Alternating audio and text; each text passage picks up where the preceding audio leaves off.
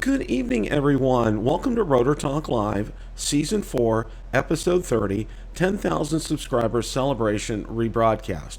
I'm a bit under the weather, so what I thought I would like to do would be to go ahead and rebroadcast one of the most popular episodes in Rotor Talk Live history. So without any further ado, let's roll that episode. Salmon right there. Good evening, everyone. Welcome to Rotor Talk Live, Season 3, Episode 34, Mavic Air 2 updates and 10K subscriber celebration. Want to welcome all my very distinguished guests. I have the cream of the crop as far as drone reviewers are concerned, okay? Billy was unable to make it here, but, I have the number one behind me back here, Valerie, okay? So that's good. And then Marcus is here tonight. We got Rick Smith tonight. We got Ken, Mr. Original Dobo here tonight. We got Kelly Shores on vacation, dedicated to showing up tonight. And we have Mr. Bill Thomas here tonight. And hopefully we might be joined by Ron and maybe Brian Singleton as well. So, gentlemen, let's take it around the room. How's everybody doing? A little bit of an update. Go for it. Marcus. Doing well, Bill. As you all are fond of saying, it's a great day to fly. I went out yesterday out of the Snake River Canyon and messing around with that Fimi X8 SE.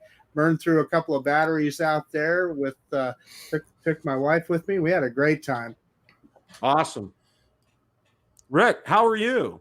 Doing well. We just had that tropical storm roll through Jersey, so I've been out of power for the last 6 days. We finally came back up last night, and I got a ton of footage to edit. I know Dobo and you guys beat me with the Mavic Air 2 update, but I'll have the DJI Fly update up tonight, and I'll have that one up tomorrow. So I'll be curious about your thoughts. Awesome. Kelly, how are things for you? I always wait to go last on those updates, and then I can just, watch you guys' videos, take notes, and regurgitate what you say. So that's my plan. No, so I did something super awesome today. So cool. I flew my first bando. You guys know what a bando is? It's yes. Abandoned building, so I flew an abandoned putt golf course today. Oh, wow. Seriously, it is a putt golf course that has a full-size, a giant replica of a freighter. It has a replica of the Thousand Island Bridge that goes across from the U.S. to Canada. It has a replica of this big tower that's over on the Canadian side. It was awesome, and nobody was there. I plowed through that thing. It was a little windy, and I actually lost signal a couple times. I had to go searching for my drone, but I'm going to make a video about that using the DJI digital FPV system, which if any of you guys have not had a chance to try it, you've got to try it. It's so amazing. Awesome.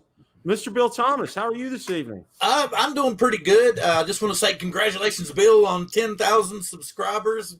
Good job. Glad that you've gotten there and keep going. And today happens to be my birthday. I turned 55 today. Well, a very happy birthday. So it's kind of the guy you're a speed that's the reason I have this. My wife got this for me. Oh, that's your birthday present. Wow. Yeah, so, you are a very blessed man, I'll tell you that. Yeah, but other than that, just the same stuff. I did update the firmware on my Mavic Air 2, so I'm sure I will jump in with that discussion in a little bit. And as usual, we still do the show on Wednesday nights, Drone Therapy, with the present crew that we got. This week we're going to do Drone Therapy Recommends. So it's going to be kind of an off-the-wall thing. I'm actually going to recommend food this week. So just to show that we're not just drone heads all the time. Ken, how are you doing, my friend? I'm good. I guess God struck me down for making fun of Kelly's internet. My internet literally went out after I started razzing him about it.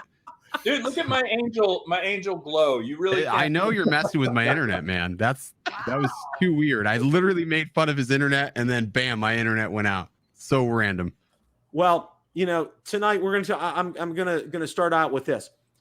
I want to thank all of you for your mentoring, help, assistance through these past couple of years. You guys have all been awesome.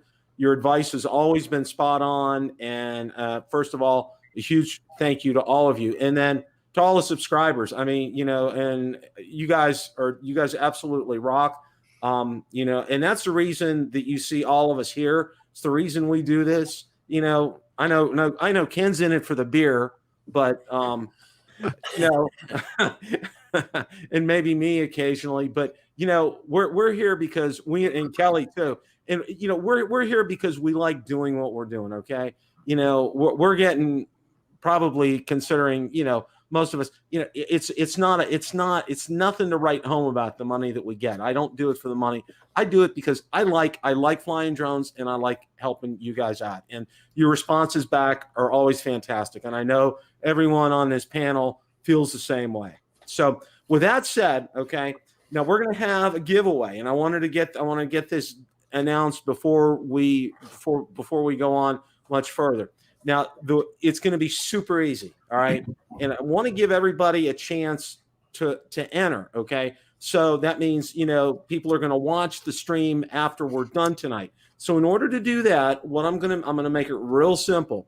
You can just comment, put a comment in the comments section, okay? And we're going to choose everybody from the comments section. Now, it's even going to be applied to international. I'm going to do that as well. And now here's the list of prizes, okay? And actually, I got them here to show everybody. So is it any comment at all? Any comment at all, okay? All right.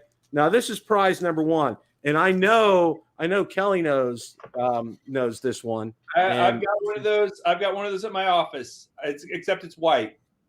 He's got the white one, okay? Yep. And I know Ron and Marcus have one of these. Oh, yeah. Okay. So that's actually a funny thing too, Bill.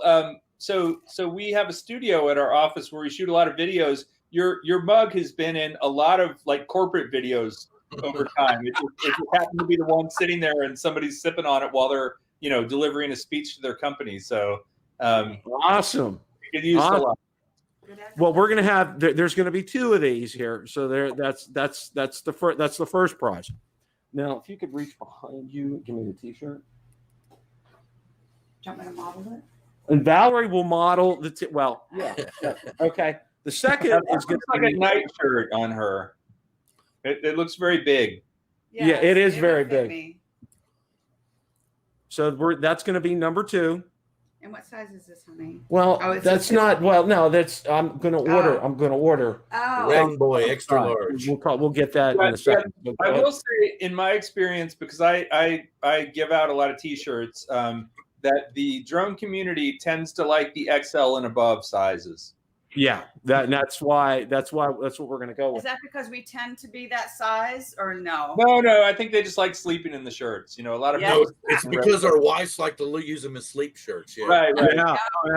Now the grand prize is going to be a T-shirt and a cotton polo shirt. Okay. Nice. And I highly recommend, if you guys ever want to get good shirts at a great price, is through Vistaprint, of all places, the company that does the business cards. Okay, this shirt is so insanely priced, it's not funny. And you can, the logo is sewn on. It's not an applique. It's completely sewn on here. And what I paid for it is absolutely insanely like ridiculous. Embroidered, stitched kind of thing. Yeah, it's embroidered stitch. I mean, you can it's solid.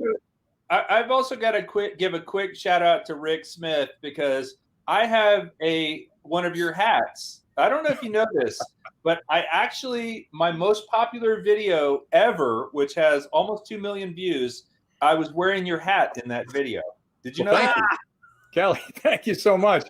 Now, you probably don't remember this, but when I first met you at one of the DJI shows, you handed me a T-shirt. Like that first time I met you, we shook hands, you handed me a T-shirt, and I'd never worn it, and I'll tell you why. You flattered me. It was like a small. I don't know what you were thinking. Oh, goodness.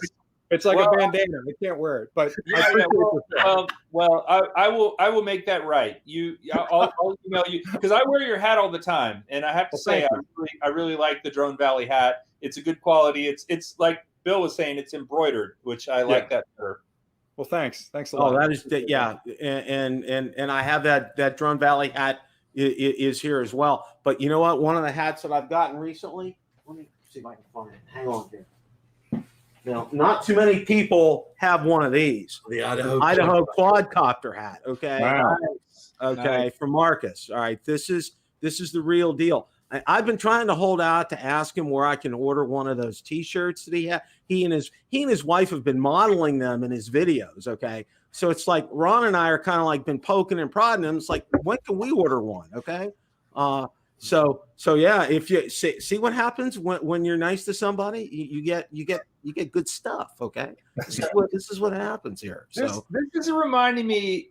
I grew up in Houston. I don't think any of you grew up in Houston, but there was this jewelry store called IW Marks Jewelry, and the owner was a guy around our age. Let's just say the average of our age, and with about as much hair as most of us here. He would wear the jewelry, and it would be a close up, and then the camera would zoom out, and he would say, "If IW Marks Jewelry can make me look good, it can certainly make you look good." That's how I feel about the gear you guys put out, right? Is if it can make me look good, it'll certainly make you look good. well, it's like That's like a two weird of turn. my more popular videos. I was wearing my Ready Set Drone shirt. Yes, yeah, no, I know. I actually had to look up something on how to bind the DJI FPV system to the GEP RC thing, and I found Joshua Bardwell, and he's wearing a Ready Set Drone shirt, and I was like, yes. Well, I know Ken. I think last week on his show, he was wearing his flight crew shirt. Nice. No, Yeah. Ken represents. I appreciate that. Oh, Ken does a great job with that. Well, one of the things we're going to talk about first tonight, and I don't want to spend an inordinate amount of time, but I do want to talk about it because it seems to be the hot topic right now, is the Mavic Air 2 firmware update. Okay. Congratulations. My lovely assistant Hi, Valerie. is abandoning us here. Hi, So, Valerie. Nice to meet everybody. Good night, Valerie. Good night. So, and what I'm going to do is I'm just going to go through a brief rundown of what's been done on the update, and then I want to spend some time. I'm going to go over the panel, and I know Ken's already put out a great video about it, and I want to get all your thoughts about this here. So, let me go ahead and bring this up.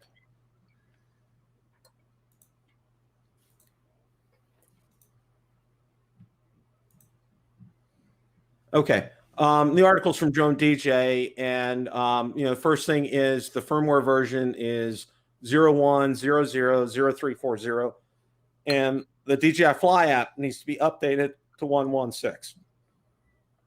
Now, the changes for this, APAS safety settings for obstacle avoidance, it disables sideways flight, and here's a graphic of that, which is interesting. And now the big thing on this is the camera settings, okay? Now, new zoom control next to the record button right there, and then new zoom options in the video settings. And, it gets into detail what it can do. 4K narrow, 2.7K and 1080p. Shooting in 4K narrow will allow you to zoom in digitally 1x and 2x at 30 frames per second. Shooting at 2.7 will allow you to zoom in up to 2x at 60 frames per second. If you're shooting 1080p, you can zoom up to 4 times at 60 frames per second. That's pretty much the nuts and bolts of this. I wanted to go around the room and get your thoughts on this and see what you guys think. Marcus, go for it. Well, of course, it's exciting, right? I mean, anytime that they add features for us, it'll be interesting. Now, I've messed around with that active track quite a bit, so it's going to be interesting to be able to tell it not to move sideways. That way, you're not going to worry about it going sideways into a tree or something like that. And then that zoom is just going to be phenomenal. I can't wait to mess around with it. I'm charging 3 batteries right now. Hopefully, get out tomorrow and try that out. But as you said earlier, Bill, does that make my Mavic 2 zoom obsolete? Right? And one more thought, DJI, I need you to get that smart controller working with the Fly app so that we can use that with the. Amen. You just robbed me of my. Anyway, so that's my 2 bits. Rick, what are your thoughts? Yeah, I've been playing with it for about a week now, and it's I'll tell you, it's impressive. It really is. And I love the fact that these platforms are extensible, where they release them. It's almost like buying a car and you come out in the driveway the next morning and you get twice the gas mileage, right? Because they've done an update overnight. So I love the fact that they're constantly pushing the envelope. I think, and I'll let the other guys comment on this as well, but I think what drove them to this sort of zoom, which is fantastic, by the way, because it's a digital zoom. And I was talking to him last night, asking him about, there's some magic going on inside that quad with processing, because when you normally digitally zoom, you get tons of pixelization in there. And that 4X at 1080p 60 frames is rock solid. It looks like an optical zoom to me. It is that good. So I asked them, is there kind of artificial intelligence going on? How are you blending those pixels to get that quality of zoom? They wouldn't answer. They were just laughing. But there's some magic in there. But what you've got essentially is a Mavic Air 2 zoom, which is amazing, to be honest with you. The other things that you're going to probably talk about that are impressive, the hyperlapse, the waypoints, the tab list that you can create now for those waypoints and what you can do. They bundled a whole lot of stuff inside there. So I'm very impressed with the update in general. And again, it's free. It wasn't like a $30 upgrade, right? It's just firmware that's pushed to the quad. So yeah, it's it's a lot of bang here. I mean, really, and I think they're DJI, as I've always said, is always forward thinking. Okay, they don't go backwards; they always go forwards. And with something like this, I mean, and think about this, and then I'll let Kelly comment. But for $799 for that drone, and what you get with it, I mean, you got to scratch your head twice to think about buying another DJI consumer drone, really. So, Kelly, what are your thoughts? So I'm not as in tune with the update as you guys are, but I'll give you my general thoughts on the Mavic Air 2, and that is I brought it up here with me. I'm on the St. Lawrence River. We are on an island out in the water. There are freighters going by, and every time I see a freighter going by, and we have visibility probably about 9 miles one direction and 3 miles another direction, so I can see freighters coming from a long way off. I fly my Mavic Air 2 out there to chase the freighter. That's been my kind of sport for the last 2 weeks, and it's awesome. I mean, it's fantastic. I flew this morning. There was a freighter. It was very calm this morning. It's pretty windy and a little blustery at the moment, but this morning it was really calm. I flew out there. I know from the reading on my remote control, 4,000 feet away, which I'm not going to, try to figure out how many miles that is or whatever. And it was rock solid at 4,000 feet, where I was basically circling this freighter as it was going through the channel. I guess, I don't know if I had a firmware update. When did this firmware update come out? And is it one that's forced? Let me ask you guys that. Is it, in other words, it's not forced. Okay, No, it's not forced. a couple days back. Yeah. So I probably haven't even done the firmware update, and I'm just going to say, to Bill's point, or actually Rick's point about the Mavic Air, it is truly a drone that, unless you need something super duper high resolution, with the Hasselblad and all that sort of thing, I feel like it's going to be my new travel for anywhere. I've traveled quite a bit. I traveled a lot last year, and I took my Mavic Air, my Mavic 2 Zoom with me everywhere. But I'd rather take the Mavic Air. It's smaller, it's lighter, it's quicker to get up in the air, and I'm getting used to the app now. I know how to use the app a lot better. It took a little getting used to. Mm-hmm. So I'm a big fan of it. For just, and I'm not putting out anything on these trips that is paid for by a client. This is all stuff I'm doing for YouTube or doing for myself or for my family. So I feel like they've got a very, very strong drone here. And quite honestly, I have not flown my Mavic Mini once since I got the Mavic Air 2. Between the two, it is just such a, if you're a teenage girl and you're doing selfies, it sounds really terrible, but the Mavic Mini is great, but the Mavic Air 2 is just so much more of a real drone. There's my 2 cents, my controversial 2 cents. Controversial 2 cents. Mr. Bill Thomas, what are your thoughts about the Mavic Air 2? So we now have gender-specific drones. That's DJI. My daughter has the Mavic Mini in her purse. Fair enough. That's fair enough. I guess what I'm very impressed with it. I was totally stunned. I was kind of chuckling. I noticed that Philly was saying in the chat that it was due to the 48 megapixel sensor, and I thought that was kind of cute. But they were explaining about, isn't it how it's split into fours, and that's where they get that 48 megapixel from? It's a quad bear. Yep. Yeah. Okay. So and then Sean from Geeks Vana made the comment of who let Philly in. So I wasn't that I was chuckling at you, Kelly. I thought that was cute, and I was laughing at that, and I was like, well, Kelly's talking, and I don't want to seem like I'm chuckling at something Kelly's saying. You can laugh at me all you like. I guess the biggest thing that I'm curious about, are we getting all these, update after update, app update after update? Because we're definitely not going to see the Mavic 3 this year, so they're dumping everything into the Mavic Air 2, and that's what they really want to push to get everybody to buy from now till, the beginning of the year. Well, it could be, Bill. That's a good point because with the pandemic and everything, I don't want to say people's spending habits have changed, but a lot of people are out of work right now. A lot of people can't afford to have disposable income to be able to buy a drone.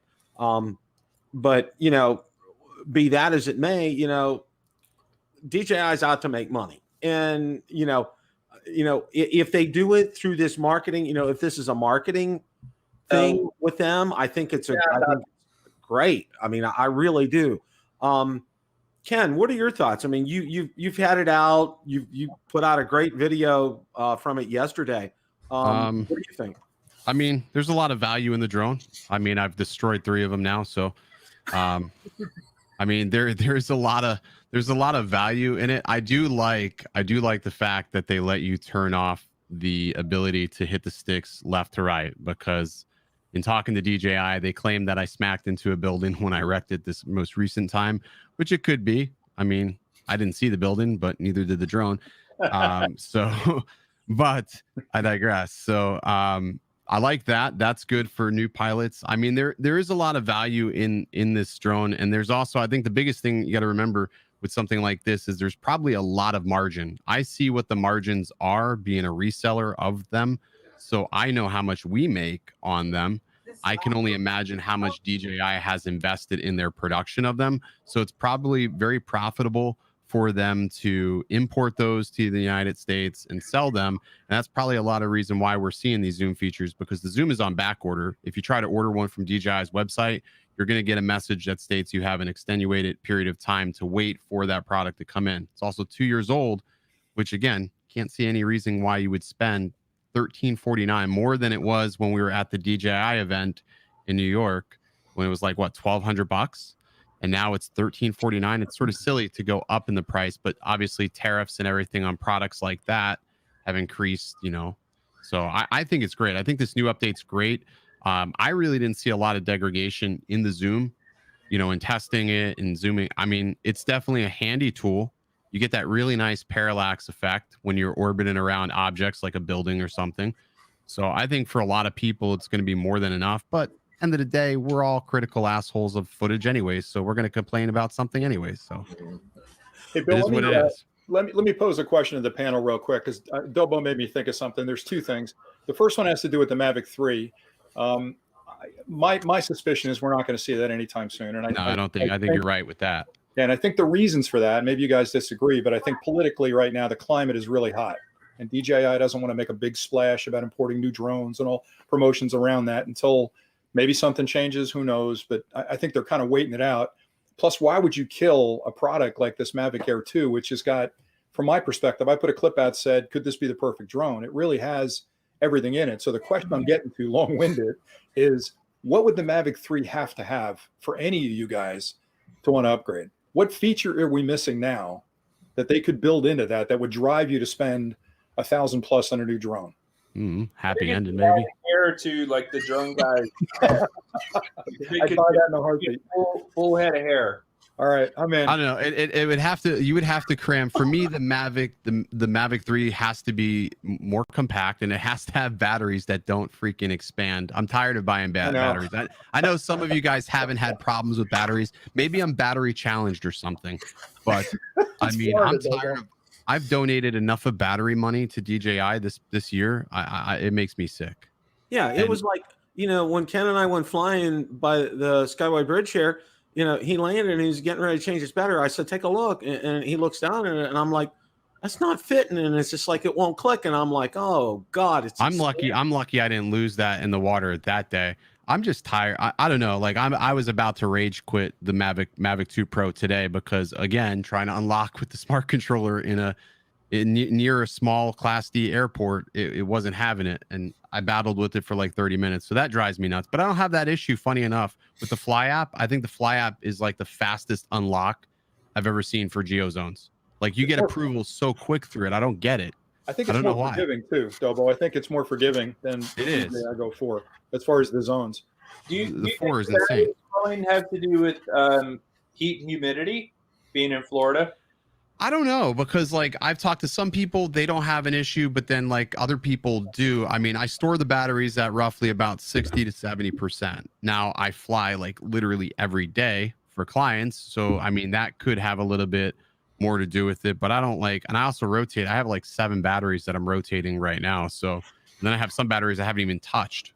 So, I had some problems with the Mavic Pro originally, swelling, but I've never had a Mavic 2. I've had the Mavic 2 Zoom and the Mavic 2 Pro, and I've never had a problem since the Mavic Pro with battery swelling. I think it's just like maybe individual, like there could be some bad batteries in a batch, I would imagine. And I'm sure, my luck, that's what happened. Hey Dobo, are you charging those batteries on the run? You're not using like an inverter in your car, are you? No. I don't charge them in the car. It's funny you mentioned that, Rick. I've actually lately, I've just been when I'm shooting and then like if I have to take my bag off and I don't bring any gear into customers' houses anymore, I actually leave my car running with the AC on just so it's not like sweltering hot when I put gear in there, because there's other batteries like camera batteries. I've had a couple of camera batteries split from the heat. I mean, yesterday heat index was 105, so yeah, I was just going to say a lot of those inverters, some of them I should say, don't have a pure sine wave, and that'll drive some of the charging circuits nuts. So you can cause damage to them that way. But you seem to go through a lot of batteries, man. I think it's the Florida thing. I'm with Kelly. It very well could be. I'm not entirely ruling that out, but I've also had people like in New York. I mean, one guy lost his quad in the Hudson, just completely lost voltage and went down. So I mean, they're definitely they gotta like sort of think about what they're doing with the battery tech. It's got to get better. That's what I want to see. So back to the question, not to hog the conversation, but any other suggestions for the 3? I've got one that would make me jump. But go ahead. Let me see what you guys come up with. Well, before that, I want to welcome Mr. Ron Brown. Thank you for joining our esteemed panel tonight. Ron, you got my note about the dress code tonight too. So nice. Yeah, I work well together on these things. So thanks for the warm welcome, gentlemen. Sorry I'm late tonight, and I want to give I want to congratulate Bill on his 10,000 subscribers, and I also want to congratulate Bill Thomas on his 39th birthday today. Thank you. Rick, I was going to answer your question here. For me, for the Mavic 3, it's gonna have to have a camera the size of a Mavic 2 Pro that'll rival the camera in the Phantom 4 Pro V2.0. That's the kind of thing I'm going to say game changer. Because you want a mechanical shutter? Is that game changer too? Yeah, I really think that makes a difference. Oh, it does. I want to see one that shoots to see fast. Like 86 SD cards, 8060 little SD cards all together. I'm tired of losing them. We can dream. Dude, I've ejected more SD cards this past month than you can shake a stick out of the Mavic Air 2. It's almost comical. It's always in tall grass, right? Right, yeah, and I'm sitting there searching around like an idiot. Right. Any other suggestions? Magnet to pick it up. So go ahead, Marcus. I'm going to say automation like by Skydio too. If the Mavic 3 can sell my Skydio 2, right? Have that kind of automation, then that'd be a winner. Well, I heard a jab at what I thought was a jab at Skydio earlier. Somebody mentioned about a $30 add-on package that we're going to probably get in a couple of months from Skydio, I guess. about getting the extra. Yeah, don't get me started on those guys. I'm very frustrated with them right now for a lot of reasons. I also, I'll get it out. Let me air it now. I'm very frustrated that they put packages together a year after they started selling the drone. How many of us bought the drone, bought extra batteries, bought the controllers, and now all of a sudden there's a package out there, right? Yeah. I'm not cheapskate, and I know things change and sales come up all the time, but if you're going to do that, at least look back on your customer base and say, hey, we noticed you spent almost $2,000 with us. We got a discount for you if you need more batteries or whatever. You know, my thing is they don't really even reach out to creators at all or anything like that. No. I guess they don't need to, but they don't have any sort of, you know, I mean, they're really good about coming out to the community and stuff and all that, you know, wonderful stuff, but they don't reach out. They don't like give us any sort of heads up on these updates. They're very closed. But yeah, they don't even list them. Like what I like about DJI is you can go to the release notes and see exactly what was changed in each of the updates. Yeah. With Skydio, it's just an update that shows up, and then you have to figure out what's changed in it. Now I'm beating on them, but I think they're brilliant as a company. I love them as a company, but I'm frustrated with their consumer facing side. I think it's because like Adam said, they're a software company first and then a hardware company second. They just don't have that mentality. Like a typical brick and mortar, you know, hardware like DJI, they sell hardware, right? Yep. So I think that their mentality is different. They'll probably get better. It's going to be things that are going to be trial by fire. Plus, too, I think if you think about it, they probably were overwhelmed with the number of pre-orders they got. They're still behind, right? And then COVID didn't help anything. So they're probably like they don't know what to do, you know, with all these orders. So they're probably trying to piece things together. And then people were probably mad with them not being in production. So now they're trying to like save face by creating packages now. They probably didn't need to back when we bought our stuff. Hey, I got a question for Rick. Rick, in about 5 years, do you see Skydio being more focused as an enterprise company or more focused as a consumer company? You want an honest answer on that one? I think I'm afraid to ask. I think in less than 5 years, you're going to see them owned by somebody else. I don't think they're going to be a standalone. That technology is worth way too much. And way more Somebody's going to grab them up. That autonomy and that ability to navigate and spot solid objects versus non-solid objects, that IP alone is worth millions of dollars. I think they got too many big power investors behind them to get sucked up right now. You think so? Absolutely.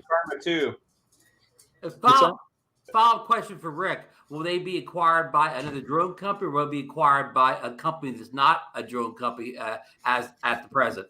I did a clip on this, not to promote the channel. I did a clip about 4 months ago, and I went through all the companies I thought would gobble them up. I think there's 3 places they'll end up. Somebody like DJI is going to write a big check, take over the autonomy, and own it. And that's one of the things I'd like to see in the Mavic 3 is better autonomous flight and avoiding obstacles, but still stay on track. Or it's going to be a car company, either Google, Uber, somebody that's building self-driving cars that are already doing neural networks and artificial intelligence, all the things that are in there. They're going to buy it, and that's going to be it. And they're going to own the IP for it. The third could be government. I mean, they're moving into the commercial space. I could see that being technology that some of the drone companies that build, I hate to say it, but war machines could use. You know, so I just think, and Dobo, I agree with you. They're deep with investors, but they've got an exit strategy one of 2 ways. You know, and they're either going to go public or they're going to be absorbed by somebody. So yeah, I just can't see them like getting sucked up by a Chinese company. The whole purpose, I can see, you know, a U.S. based company, maybe Honeywell or somebody in a government sector sucking them up, because it would keep that technology and that development here versus overseas. I don't think the government wants that to go over there. What's that? I think it's going to be Google or Apple. It's somebody with a big checkbook, domestic. Maybe, or they stay independent. I mean, like they've really showed no interest. I mean, they could have been sucked up by now, even when they were smaller. Their technology, their autonomy was worth more. Or worth a lot when they first debuted the R1, and they didn't waver. They just took on more investors. So it's going to be tough to say. Probably a lot of people thought, you know, DJI would get sucked up by a company, and they didn't. I did too. I thought Apple would grab them 4 years ago. I put a clip together. But people, honest, some just don't. You know. But to be honest, though, Dobo, I mean, not to again hog the conversation, but the proof of concept of the drone is tiny compared to what the technology provides. It's almost like watching cartoons on a widescreen. Yeah, but it's got such a massive thing. Like, for instance, we do house scans and stuff like that. We do thermal scans. We're chomping at the bit to order these XT2s because for scans of factories and stuff, these things are going to be insane. And that house scan that they just introduced is going to be amazing to deal with, like insurance adjusters down here. And when hurricane season hits, like we're going to be doing scan after scan after scan, and you can basically sort of replicate an entire building, get a 3D map of it almost immediately with that. And these insurance companies pay a stupid exorbitant amount of money. And with Skydio being the only distributor, there is no other hand in the cookie jar. Right. So they're controlling all that money. There's no reason Adam would be silly if he sold this off to anybody else with their technology, because they're brilliant. Who knows what else they've cooked up. Right. Like sort of like Tesla I could see Tesla buying them. Well, yeah, I think they're one of the ones I mentioned from the car companies, but it's going to be less about Adam's decision and more about the investors. I've been through a couple of those mergers, and he's going to scream and yell, and he's got an opinion if he's on the board, but it's going to be the board deciding. Pretty sure he is. The biggest investor in their company right now is Motorola. Yeah. So. Cool. I personally, from my point of view, I would like to see something else involving Hasselblad, some kind of platform that would bring that back. Because I think the name recognition alone, especially for us old fogies, is enough to go, oh, Hasselblad. It's because the camera that went to the moon. That's all it's gonna stick there until hell freezes over, and it's always gonna make us look. And if it's something interesting, maybe even some kind of interchangeable lens platform on a small variety that would keep us stuck to DJI proprietary, just like always, I think would drag people in. That's my 2 cents. Well, I think Dobo's going to like this comment, but I think what Autel got right, there's a few things they got right on the new Evo 2. The one big one they got right, which is the one thing I would expect on the next Mavic 3, is that swappable camera platform. The ability to move the imaging package out and move in a different imaging package 2 years from now, or move that imaging package to a portable stick like they did with the GoPro Armor product. That to me would make me jump, because now I've got, again, an extensible platform that I can start off with a frame and then upgrade it as time goes on, right? Because that imaging package is going to change. Well, yeah, they need to fix the color science on that. Yeah, I want to comment on that, because I want to say, for me, I've got a couple of experiences with that. Number one was the Karma and the Karma Grip. I loved the Karma Grip with the GoPro Hero 7, I think, or the Hero 5, whatever it used at the time. But I never, ever put that into or out of my drone. Like they were two separate things for me. I had a different system. But then also with the Insta360, if you guys are familiar with Insta360, they have a very modular camera right now. Yep. But I don't ever find myself switching. I have the 1-inch and I have the 360 version. I don't ever switch between them. I have two of them and I use them separately. Like they're totally, for me, I don't like that process of, and I often use them together. So where you hit the mark, I think, is an upgradability. Is if it was something where it was like, okay, you can buy this today and it has a 1-inch sensor and it has all these, features on the camera, but 6 months from now, we're going to upgrade the camera and you can get a better camera, or you can get a 360 camera, or you can get a thermal camera, or you can get Zoom, Zoom or something. Yeah. But I don't want something that does basically the same thing, just a little bit better. I want something that does something different, you know? So. Yeah, cool.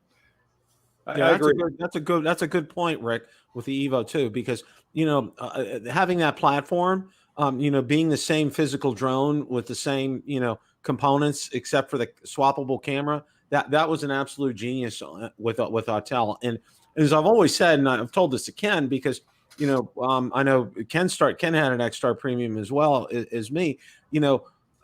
The one thing that Autel really does well, and they continue to do well, is the hardware. That's one thing that's really impressed me throughout all their drones. They've always done really that's been their strong suit, and you can tell. I mean, these drones are solid. They're well built. Okay, they don't skimp on things. Where the issue was, and I know Ken will agree with me on the X-Star Premium, was those software updates. Yeah. God, they took months. It almost felt like years before we got on the X-Star Premium. And when they did, the final one was just a beta. They never made it. They never really put it out. So, and I think that's what kind of killed the X-Star Premium. I mean, that was a drone that had a lot of good potential, but again, that software, and they have gotten exponentially better with the first Evo, and now with Evo 2. They have made a lot of strides in that area, and they're working. And see, their big thing was the timing, okay? because I know Ken knows this all too well, how long they took for their updates. Okay. It seemed just like it was like, you know, put your watch down. Don't even look at the date because you don't know when it's going to come.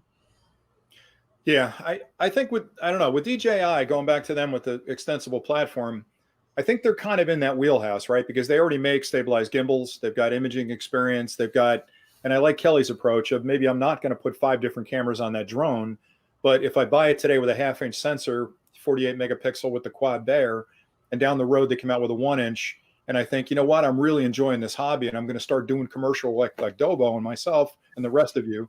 I need a better sensor, or maybe I'll slap a 360 on there and play with that for a while if it's not terribly expensive, right? Gives me the option to move on to different things, and then move it to a handle if I want, if I'm going on vacation. Maybe I can't fly the drone and I want to walk around and use it as What do stable. you guys think about the rumors of a racing drone, of a FPV drone? Is that if it looks like what they're going to do, they need to quit while they're ahead. They need to just stop while they're ahead. I can't believe they haven't done it, Kelly. I mean, they make everything already there, right? The problem is they're going to monopolize it. Everything needs to be modular. It needs to be 100% modular for everything. I don't think they should put together a complete package. They should just make it modular. Make it like a modular frame, I think, or at the very least a stack, like an ESC, like a good stack, a top of the line stack where you can put it into other frames, other chassis. I think that would be a good idea. All right, So quick question for you. there. I think they make good, like if they made a good stack, because there's a lot of garbage out on the market right now. But if they made a good stack, I would be happy with just that versus actual complete frame.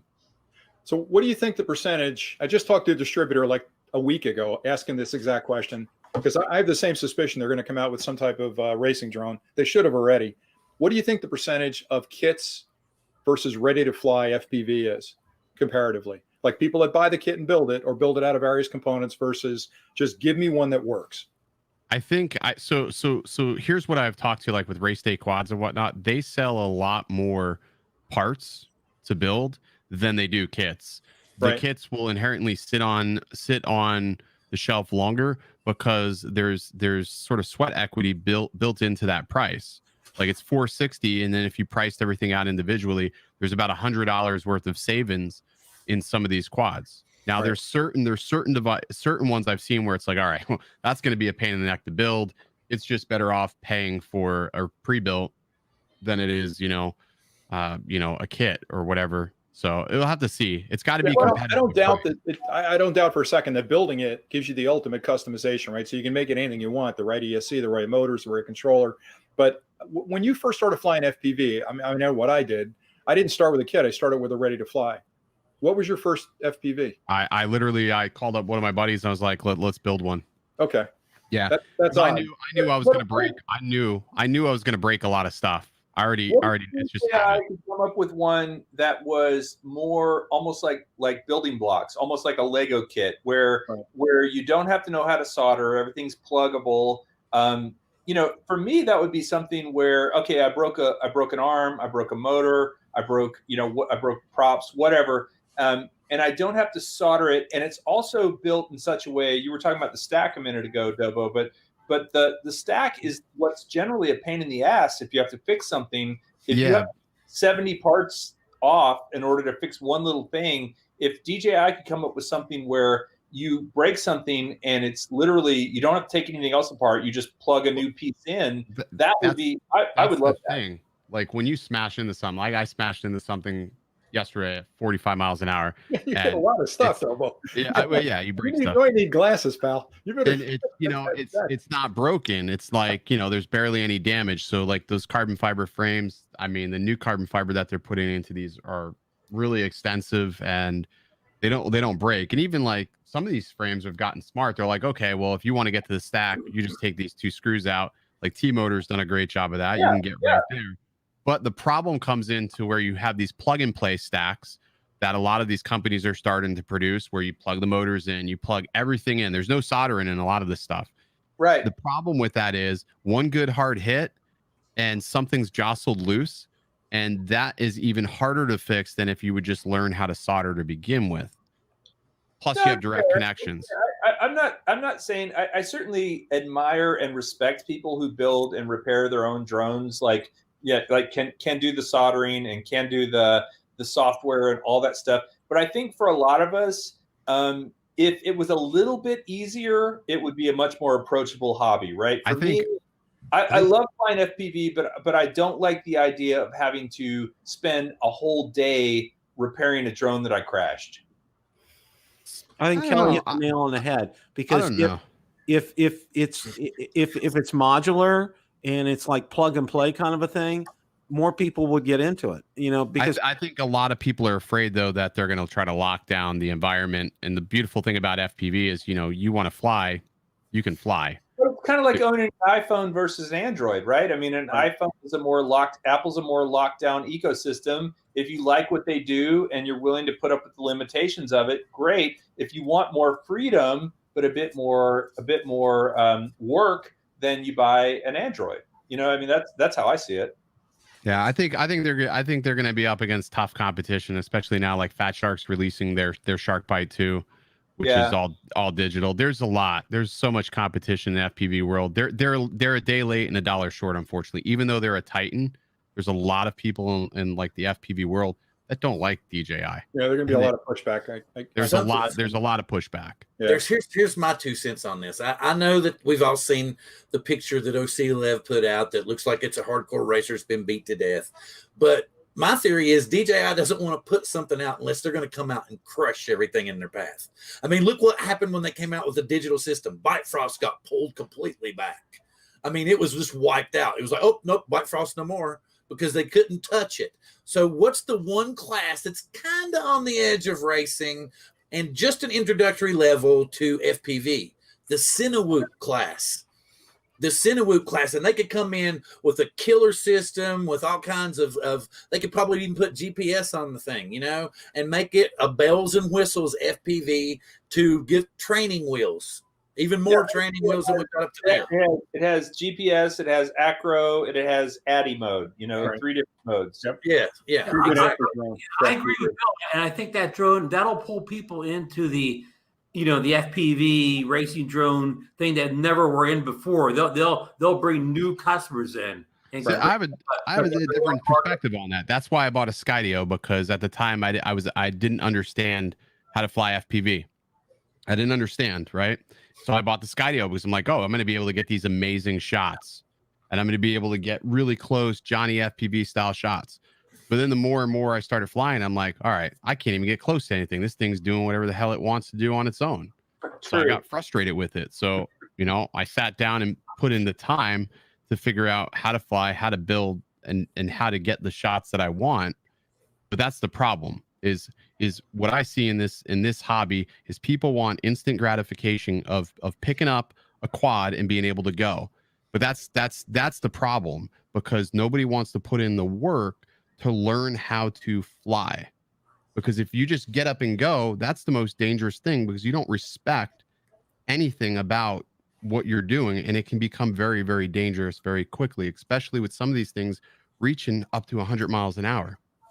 So I think that's important too, is that people have to research. You want to fly FPV, great. Do some research, put in the time, put in the effort to understand like everything you're getting into. It's cumbersome, but it's worth it when you put in the time. But a lot of people just want just to get up and go. Like you pick up the Mavic Air 2 and you can just fly. That's great, but that's not this hobby. That's where the Cinewoop theory really works, is that the Cinewoop is not an open blade, right? It's got ducted propellers. But they're still like, I'll tell you, there's even though they're not open blade, they can still be dangerous. The other problem with the Cinewoop is it's very dependent on how windy it is outside. Like I don't fly those whoops. If it's too windy, it's going to get blown all over the place and it becomes very uncontrollable. That's fair. I guess I'm just saying though that if DJI wanted to put out something that was a bit more approachable, I think the Cinewoop is actually a pretty good. I think they'll put a 5-inch out. They'll put a 5-inch out. Now, whether or not it runs beta flight or something like or proprietary, which I can imagine they're going to put out their own proprietary system. You don't think they'll use beta flight? No, I don't. I mean, look at what they have. Like, look at they've almost already have like the forthcomings of a groundwork already set, right? They have an application. They got software nailed, right? They're going to want to control every aspect. They won't give that up to Betaflight. I don't see them giving that up to Betaflight. I see them putting out a quad and it's going to run their own software, just like you have KISS and you have there's other stuff besides Betaflight out there. So they're going to make their own to run it because they want to micromanage that. Plus, too, they're going to want to do software updates to these things. I can just see it. Yeah, they're going to want to do software updates. Let me play devil's advocate a second. I'm with Kelly on this. I think the barrier to entry with FPV is that a lot of consumers look at a soldering iron like it's something out of the dark ages. They're not soldering stuff together. They're not going to take the time to understand ESCs and programming. There's already a company for that. Well, but if DJI put out a drone that was FPV-like, right? Something not terribly expensive, not terribly fast, easy to use. Maybe that's their first drone for FPV. They fall in love with it and then realize, you know what, I can build a better drone if I spend some time understanding what the ESC does, what best motors to use, how the blades impact the flight characteristics. It's a gateway drug. What's that? It's a gateway drug. Yeah, and they always come in to dominate. They don't come in second class. They're going to come in and smash the competition. Sure. So you basically just described Beagle. So you want to learn FPV? That's it right there. You get a full kit from them. Comes with a controller, everything you need. They literally guide you through it. And if this isn't good enough, then you get their stealth upgrade kit, and this gives you more power. And the best part about this whole kit is you don't solder. Nothing is solder. Even down to you want to exchange your motors out for something different. You want to upgrade later on down the road. This is how they've configured their motors. Yep. So Dobo, I think that's perfect. And honestly, as a dad with a son and a daughter, that's something I'd want to do on a Saturday afternoon to build with my son. But there's so many together and fly it. But to Kelly's point earlier, people buy the iPhone because it's a complete system. They can basically turn it on. It does everything they need to. They're not nerds like us that are going to get into Android and be loading files and all that other stuff. So DJI, with their market presence, came out with an FPV. How many people bought that Mavic Mini as their gateway drone? Yeah, but that's the thing with a gateway like that. The Mavic Mini, if I crash into somebody or hit somebody with the Mavic Mini, I'm probably not going to hurt them. Because the Mini, even hitting the top speed of 35 miles an hour, hitting somebody like, I don't know, my daughter, I didn't hit her, but I'm just saying, if I did hit her, there's no method to it. It's not going to probably hurt too terribly bad. Yeah. You know they're going to edit that out, right, Bill? They're going to steal that audio. They're going to have a clip of Dobo hitting his daughter. That's going to be on the channel. I get it, Dobo. I'm just trying to poke you a little bit. I agree with you. I think it's a separate class of flying. I know there's a lot of prestige over there. There's a lot of pride in that space. I think once upon a time I would want to take the easy way out with it. Like I would want the easy way out. But I think, now like after meeting some of these people in the high, like you sort of respect like what they've learned. I don't know. It's hard to explain. No, they hit camera drones. If the goal for DJI is to make money, there are definitely there's aspirations and there's a sort of standard, and I agree. I mean, I've met a lot of the FPV pilots that are fantastic, and I admire them a lot, and I follow them on all their social channels and comment and all that sort of thing. But ultimately, if DJI wants to make money and they can open FPV to a larger audience, they're going to do it. That's what I think is they're going to make it in such a way that somebody who doesn't want to do all that stuff, whether you think it's right or not, they're going to open it up and let them do that. They're going to let them. I think they'll just control it. They'll have I think that we'll see geofencing and things like that on those quads. Like that's what I truly think that there's no geofencing on anything that I'm currently using with the digital FPV system. That doesn't control anything. You're only using it as a VTX. Right. No, you're right. But y'all are talking about this. I can even see the Flymore kit. You've got the goggles, you've got the controller, you've got the Cinewhoop drone. It's all right there together. I mean, I can see the package deal already. And here's how they're going to give it to you. And I agree with Bill. And okay, this is a question for the panel. If this DJI Cinewhoop FPV drone does come out in the fall, will this be a success for DJI or will it be another RoboMaster? It probably will be a success because they're creative with their marketing. Look who they've teamed with. They team with Rotor Riot. They team with all the major players except for like one or two. So I mean, they've obviously done their marketing strategy. I mean, it's gonna be a hit for them. You think we'll see iJustine flying an FPV? God, I hope not. Oh, God. One of the things Sorry, I I had to wanted to stick that get in there. to before we wrap things up tonight is, you know, and everybody always told me, you know, I need to expand my horizons. So, you know, some of you know that I've been recently a Fimi X8 SE 2020 aficionado and have been flying that. Well, I did actually come upon a serious issue with it. And what the issue is there's this intermittent loss of signal in specific zones in areas. And it's one of these ones that defies any kind of explanation, because when I would go out straight out from where my house is and come back, I no issues at all. It was when I would go diagonally down the other end of the lake, the large end of the lake, and it's right around past right at 1,000 feet. I get a return to home will pop up on the screen. Then it will absolutely go blank. Okay. I don't have anything on there. Then the next thing I know, you know, the drone's turned around and I'm on my way back home. I contacted Fimi support today and they had me email them that, listen to this, this kind of threw me for a loop for a minute, but then I figured out why. They wanted to see the bottom screws on the drone to make sure that I didn't tamper with it. Really? Yeah, which I thought was real interesting. They wanted the build date on it, which was built in May. They wanted 6-sided pictures of it, and then it's called the help me out here, Marcus. The black box file.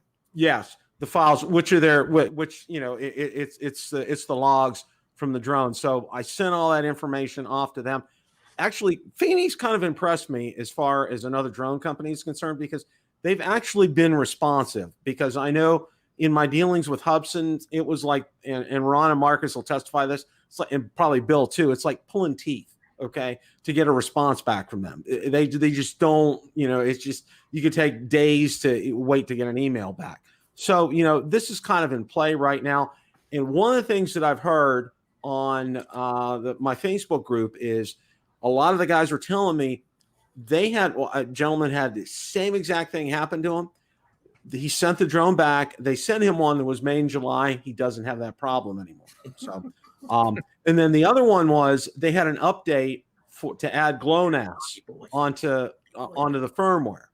And some of them have said, yes, that solved the problem as well. So, you know, that's one of these things. Stay tuned, you know, but to a gentleman's point in the comments section, and I thought this was really good, and I covered this in my review on the drone as well. You know, for a $400 drone, the quality of the image that you get from this, and I know Ron and Marcus would agree with me, that's, you know, it's not as good as DJI, but it really rivals it. I mean, it's sharp, it's crisp, it's clear, the colors are pretty vivid on it, and for $400, you know, it's good. It's one of those things. Ron, Marcus, what are your thoughts? Well, Bill, I haven't had, you know, I've got both the 2018 version and the 2020 version, and I haven't had any of those connection issues that you're talking about. But I will say this, while the camera is very good for that price range, in my mind, it doesn't even come close to what DJI drones do. It looks okay. It looks good for that price range of a drone. But yeah, I would say it's good. Where it comes close to DJI, I would say, is in that category of drones, it has the best flight controls. When I fly it, it in many ways reminds me of a DJI product. Ron, how about your thoughts? With my limited time with the Fimi X8, I did not have any strange connection issues with it. So I can't really comment much, except I haven't seen it. And for the if it's sold for $399 at that price point, it makes a good entry level drone for somebody who either has no drone or they have like a under $100 toy drone at this point. You know, it flies well, the camera is acceptable for the price range. It's a good value. Yeah, that's the one thing that I've told, because I've had a lot of people actually ask me, you know, should I get this or should I get a Mavic Mini? And, you know, I said, you're getting DJI quality whenever you get a DJI drone. I said, but understand what you're getting with each drone before you make that decision.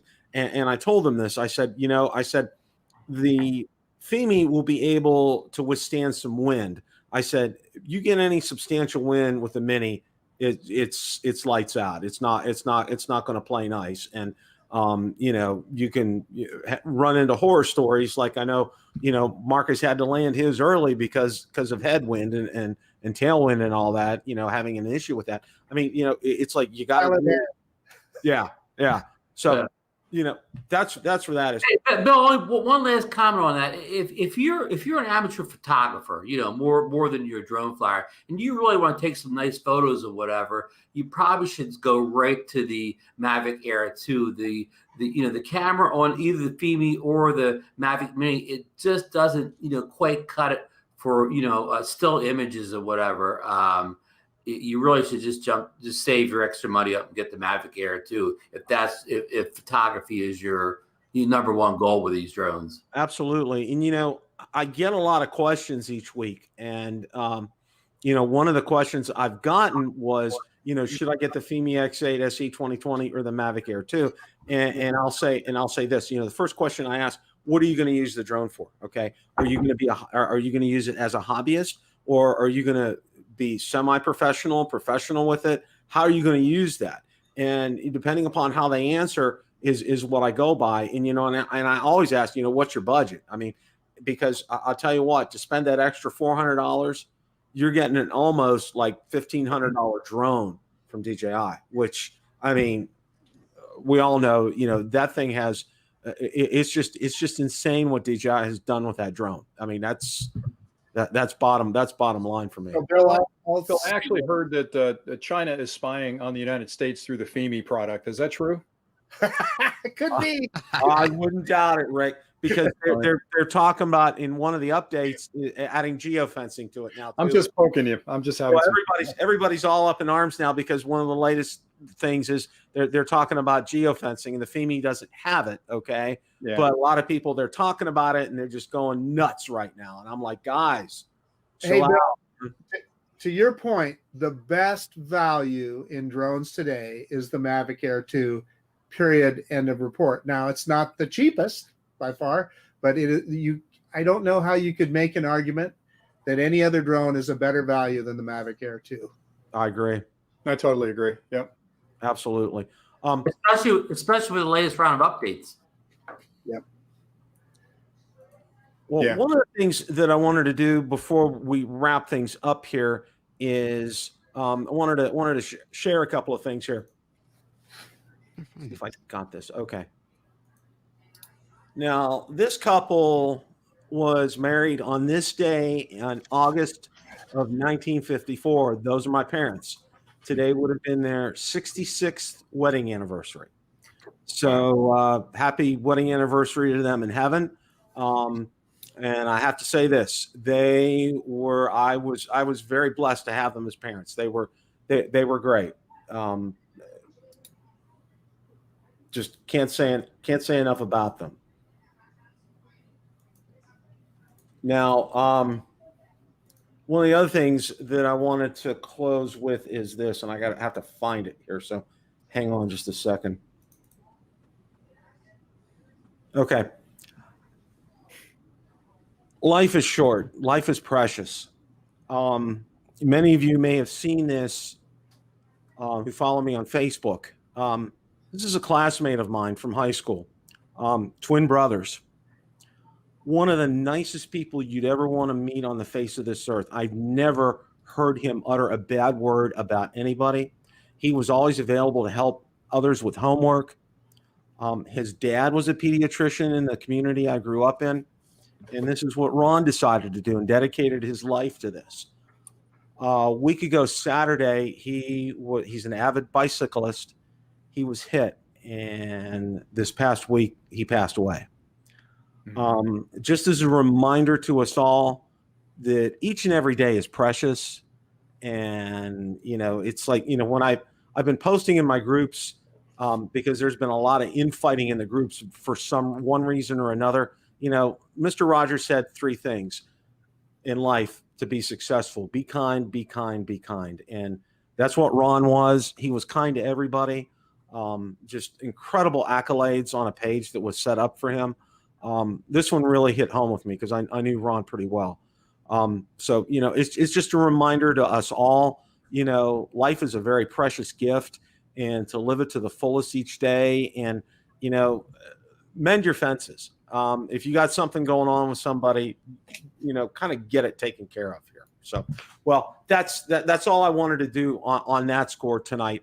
And, you know, I want to go around the room again, and all you gentlemen, I want you to send me your addresses, because I have something to send all of you for being on this exceptional panel tonight. Marcus, closing thoughts, and then we'll take it around the room here. One big, huge closing thought, Bill. Congratulations, my friend, on 10,000 subs. That's a lot of work. All of us in here know how much work it takes to do that. And yeah, congratulations, my friend. Thank you. Rick. Yep, Bill, congratulations. I should have said that at the top of the hour, but it is a big deal. And I know 1,000's tough. 10,000 is a little easier. And past 10,000 is going to be even easier for you if you just keep putting out the great content you're creating. And the last thing I'll say is try and get 2 more guys the next time you cross 20,000, because we're almost at the Brady Bunch, Rick, here at this point. Pretty cool. And I think that makes Dobo Cindy, I think. I don't know. Rick's really starting shit tonight. Has he drunk a beer with you on the show yet? Who, Rick? He had wine. He had Pinot Grigio. I had 3 glasses of wine. Yeah, I was pretty loose. You watch Housewives of New York? Never mind. Sorry, Nobody's went the rounds that Kelly's went, though. Kelly, you have any final thoughts?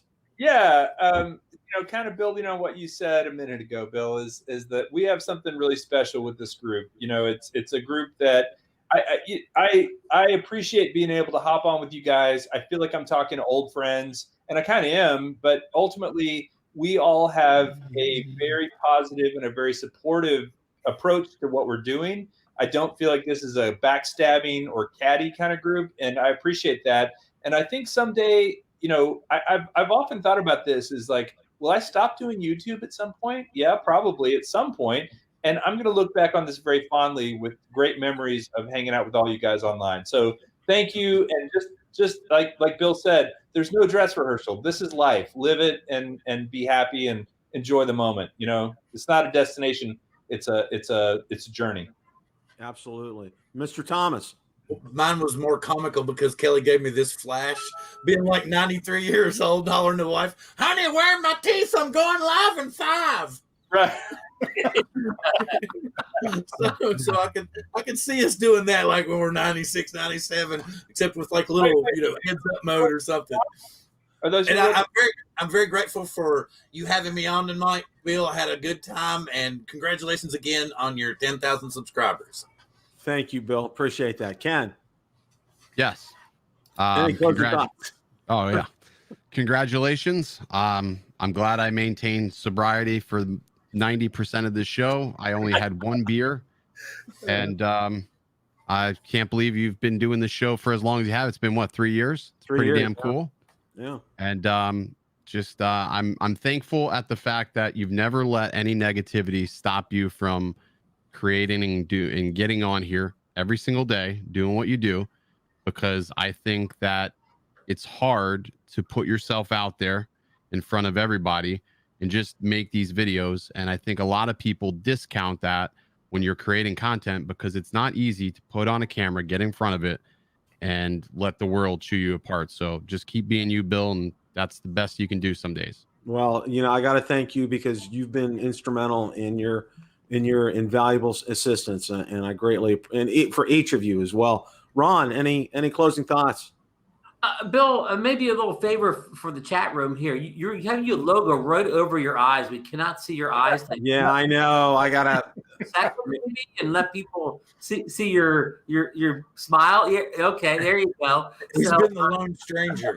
You can actually see Bill's face now. He's tonight.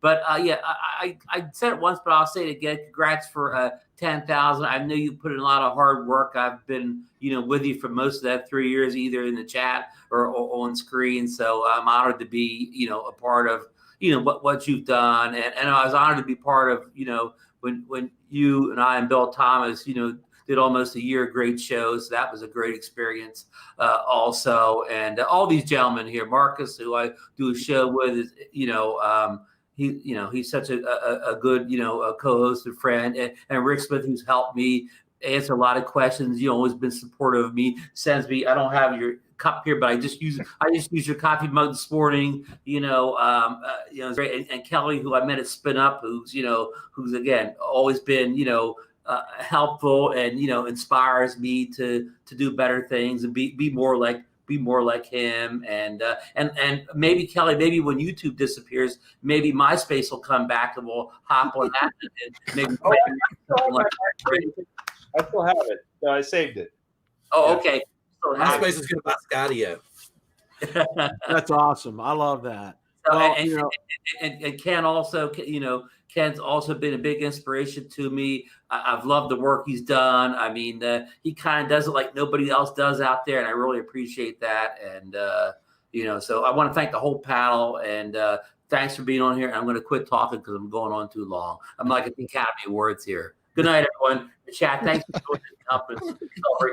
Thank you so much, Ron. Well, my closing thoughts for each and every one of you. Want to thank Ron and Marcus. You guys have been instrumental in helping me. Appreciate all your invaluable assistance and being on the show at times. And for your show, you guys do yeoman's work with the middle level segment of drones. You really cover drones, the affordable drones, and you do fantastic work. You guys take deep dives into these things. You don't leave any stone unturned. You let and you know what? And like Ken said, you let them see your blemishes. And I know that's one thing I like about Marcus. He puts everything in there, and it makes it real. It makes it authentic. Rick, your knowledge is just incredible, and your enthusiasm. But even with your knowledge, and I think what's even greater is your enthusiasm. You're like a 13-year-old on Christmas morning, in your videos. And that's what I love about you. You never lose that enthusiasm, no matter what. And that is, I think, what makes you so successful on top of your technical abilities. Kelly, your passion for this is just unparalleled. You have always you've taken a deep dive into things, and your emotional level, you're always even keel all the time. Even when, things aren't going well, you're even keel. And you deliver quality content day in and day out. And that's why you've been rewarded with as many people that subscribe to your channel as they do. And Bill, you have been so dedicated to this hobby, and, your show is just absolutely fantastic. Anybody that needs to find out and learn about drones needs to watch Coast to Coast Drones, Drone Therapy. Bill puts on a great show each and every week. Ron's on there, so it's absolutely good. Okay. And his other panelists that he has on there as well too. They do an exceptional job. Can't say enough about him. He absolutely nails it on his videos. And you get what you see with Ken. Okay. He doesn't sugarcoat things. He hits you square on. He's going to tell you the good, bad, and the ugly about this product, whether it's a drone, a camera, lens, accessory, whatever. And he does that. He has a great show on Wednesday nights at 9:00. Definitely need to check him out as well.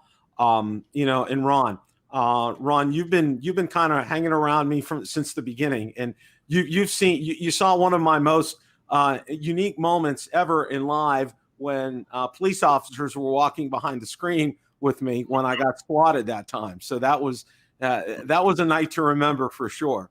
And thank God that was a one and done. So we're definitely not going to repeat that. So all in all, thank you guys so much. And a reminder to everybody, make sure you comment, and we're going to pick, Valerie and I are going to pick the winners. I'm going to do a random thing generator that picks them in the comments. So, and you will have 48 hours to get back to me. Email me your name and address, and I will get you your giveaway gift. So with all that being said, thank you guys so much. Thank the panel so much. And I hope everybody has a great rest of your evening. And as always, it's a great day to fly.